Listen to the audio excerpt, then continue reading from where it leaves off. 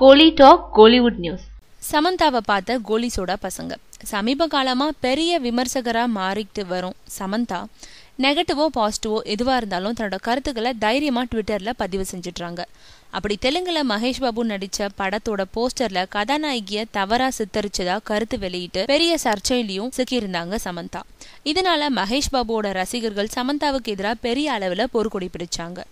இருந்தாலும் தன்னோட கருத்துல உறுதியா இருந்த சமந்தாவுக்கு சித்தார்த் உள்பட ஆந்திராவில இருக்க சில சினிமா ஜாமவான்களும் ஆதரவு குரல் கொடுத்ததால அதுக்கப்புறம் மகேஷ் பாபுவும் அவரோட ரசிகர்களும் அடங்கி போயிட்டாங்க.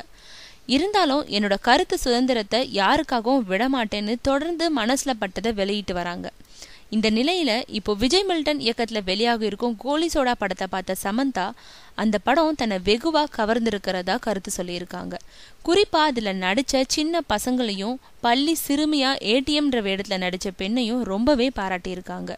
சிறுவர்கள்னாலும் இயல்பா நடிச்சிருக்காங்க. அவங்களோட காமெடி மற்றும் சீரியஸ் நடிப்பு நிஜ சம்பவம் மாதிரி இருந்துச்சு.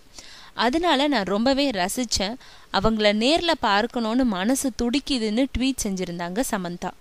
சமந்தாவோட இந்த பாசிட்டிவான கருத்து கோலி சோடா யூனிட்டுக்கு பெரிய உற்சாகத்தை கொடுத்திருக்கான்.